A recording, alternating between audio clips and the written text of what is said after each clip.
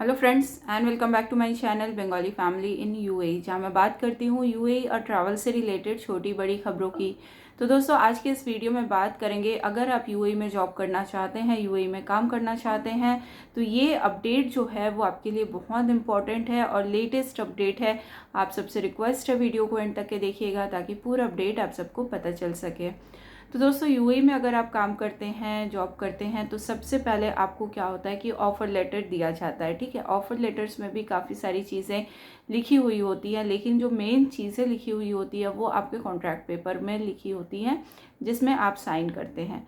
उसमें साइन करने के बाद आपके डॉक्यूमेंट्स लिए जाते हैं। डॉक्यूमेंट्स लेने के बाद आपका वीज़ा टाइपिंग होता है, वीज़ा अप्रूवल होता है, वीज़ा आता है, मेडिकल होता है, मेरिट्स आईडी, ये सारे जो हैं स्टेप बाय स्टेप प्रोसीजर हैं। लेकिन जो अपडेट इस समय पे आ रहा है वो है WPS सिस्टम, यानी कि वेज प्रोटेक्शन सिस्टम को लेकर। आप जब कॉन्ट्रैक्ट पेपर अपना देखते हैं तो ये ज़रूर से देखना होगा कि कंपनी ने ये लिखा है कि नहीं कि आपकी जो सैलरी है वो वेज प्रोटेक्शन सिस्टम के अंतर्गत आती है।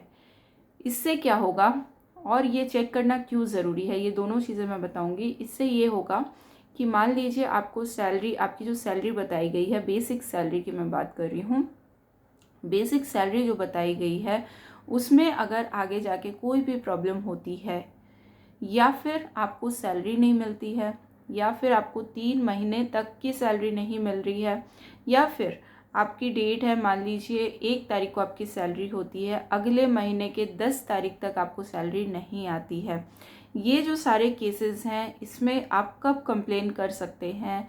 जब आप WPS में के अंतर्गत आते हैं, यानी कि वेज प्रोटेक्शन सिस्टम को मानती है, क्योंकि वहाँ पे ऑलरेडी अपडेट हो चुका होगा कि आपका कितने मंथ का सैलरी है, आपकी बेसिक सैलरी कितनी है, आपके यहाँ ऑन हैंड सैलरी कितनी है, सारी चीज़ें उनके सिस्टम में आ जाएगी और वहाँ पे आपका कंप्लेन दर्ज किया जाएगा।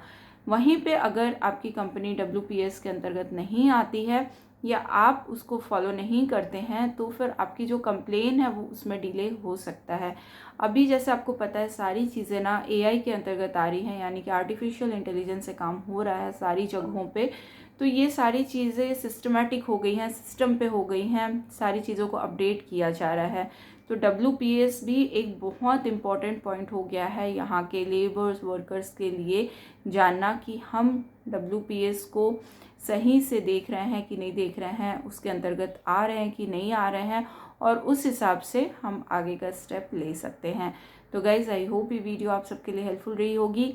मिलते हैं नेक्स्ट वीडियो में एक नई अपडेट के साथ, तब तक के लिए goodbye and take care.